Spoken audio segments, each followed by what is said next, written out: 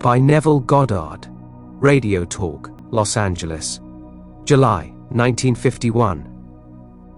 How many times have we heard someone say, "Oh, it's only his imagination." Only his imagination. Man's imagination is the man himself. No man has too little imagination, but few men have disciplined their imagination. Imagination is itself indestructible. Therein lies the horror of its misuse. Daily, we pass some stranger on the street and observe him muttering to himself, carrying on an imaginary argument with one not present. He is arguing with vehemence, with fear, or with hatred, not realizing that he is setting in motion, by his imagination, an unpleasant event which he will presently encounter. The world, as imagination sees it, is the real world. Not facts, but figments of the imagination, shape our daily lives. It is the exact and literal-minded who live in a fictitious world. Only imagination can restore the Eden from which experience has driven us out. Imagination is the sense by which we perceive the above, the power by which we resolve vision into being. Every stage of man's progress is made by the exercise of the imagination. It is only because men do not perfectly imagine and believe that their results are sometimes uncertain when they might always be perfectly certain. Determined imagination is the beginning of all successful operation. The imagination alone is the means of fulfilling the intention. The man who, at will, can call up whatever image he pleases is, by virtue of the power of his imagination, least of all subject to caprice. The solitary or captive can, by intensity of imagination and feeling, affect myriads so that he can act through many men and speak through many voices. We should never be certain, wrote William Butler Yeats in his Ideas of Good and Evil, that it was not some woman treading in the winepress who began that subtle change in men's minds, or that the passion did not begin in the mind of some shepherd boy, lighting up his eyes for a moment before it ran upon its way. Let me tell you the story of a very dear friend of mine, at the time the costume designer of the music hall in New York. She told me, one day, of her difficulty in working with one of the producers who invariably criticized and rejected her best work unjustly, that he was often rude and seemed deliberately unfair to her. Upon hearing her story, I reminded her, as I am reminding you, that men can only echo to us that which we whisper to them in secret. I had no doubt but that she silently argued with the producer, not in the flesh, but in quiet moments to herself. She confessed that she did just that each morning as she walked to work. I asked her to change her attitude toward him, to assume that he was congratulating her on her fine designs and she, in turn, was thanking him for his praise and kindness. This young designer took my advice, and as she walked to the theater, she imagined a perfect relationship of the producer praising her work, and she, in turn, responding with gratitude for his appreciation. This she did morning after morning, and in a very short while, she discovered for herself that her own attitude determined the scenery of her existence. The behavior of the producer completely reversed itself. He became the most pleasant professional employer she had encountered. His behavior merely echoed the changes that she had whispered within herself. What she did was by the power of imagination. Her fantasy led his, and she herself dictated to him the discourse they eventually had together at the time she was seemingly walking alone. Let us set ourselves, here and now, a daily exercise of controlling and disciplining our imagination. What finer beginning than to imagine better than the best we know for a friend? There is no coal of character so dead that it will not glow and flame if but slightly turned. Don't blame, only resolve.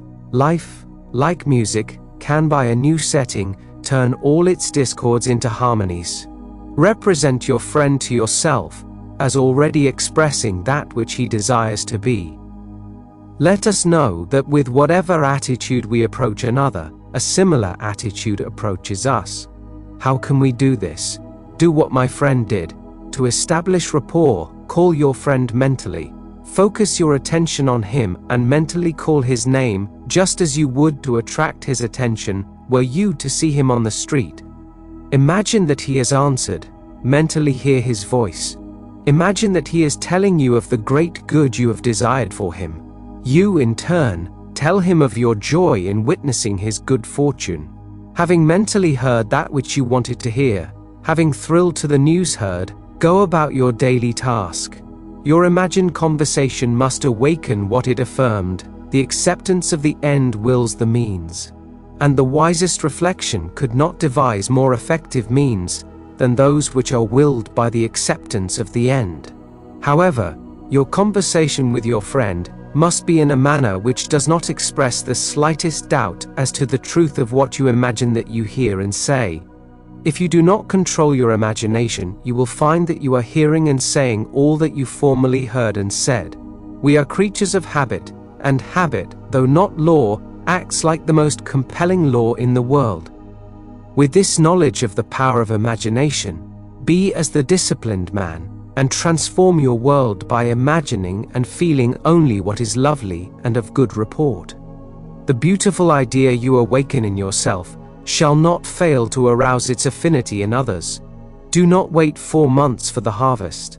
Today is the day to practice the control and discipline of your imagination.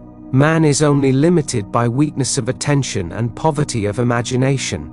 The great secret is a controlled imagination and a well-sustained attention, firmly and repeatedly focused on the object to be accomplished. Now is the acceptable time to give beauty for ashes, joy for mourning, praise for the spirit of heaviness, that they might be called trees of righteousness, the planting of the Lord that he might be glorified.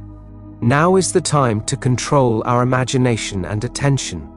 By control, I do not mean restraint by willpower, but rather cultivation through love and compassion. With so much of the world in discord, we cannot possibly emphasize too strongly the power of imaginative love. Imaginative love, that is my subject next Sunday morning when I shall speak for Dr. Bales while he is on his holiday. The services will be held as always at the Fox Wilshire Theatre on Wilshire Boulevard, near La Cienega at 10:30. As the world is, so is the individual should be changed to. As the individual is, so is the world. And I hope to be able to bring to each of you present the true meaning of the words of Zechariah. Speak ye every man the truth to his neighbor, and let none of you imagine evil in your hearts against his neighbor. What a wonderful challenge to you and to me. As a man thinketh in his heart, so is he. As a man imagines, so is he. Hold fast to love in your imagination. By creating an ideal within your mental sphere, you can approximate yourself to this ideal image till you become one and the same with it, thereby transforming yourself into it, or rather, absorbing its qualities into the very core of your being. Never, never lose sight of the power that is within you. Imaginative love lifts the invisible into sight and gives us water in the desert. It builds for the soul its only fit abiding place. Beauty, love, and all of good report are the garden. But imaginative love is the way into the garden. Sow an imaginary conversation. You reap an act, sow an act. You reap a habit, sow a habit. You reap a character, sow a character. You reap your destiny. By imagination, we are all reaping our destinies, whether they be good, bad, or indifferent. Imagination has full power of objective realization, and every stage of man's progress or regression is made by the exercise of imagination. I believe with William Blake, what seems to be, is, to those to whom it seems to be, and is productive of the most dreadful consequences, to those to whom it seems to be, even of torments, despair, and eternal death. By imagination and desire, we become what we desire to be. Let us affirm to ourselves that we are what we imagine. If we persist in the assumption that we are what we wish to be, we will become transformed into that which we have imagined ourselves to be.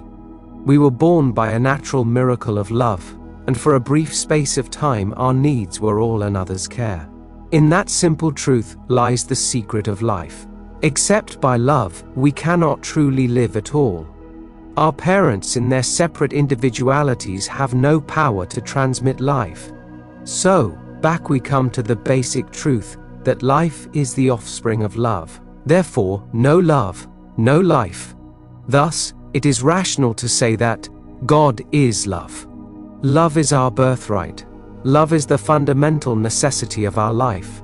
Do not go seeking for that which you are. Those who go seeking for love only make manifest their own lovelessness, and the loveless never find love. Only the loving find love, and they never have to seek for it.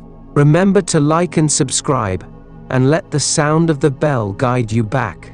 Now let us go into the silence,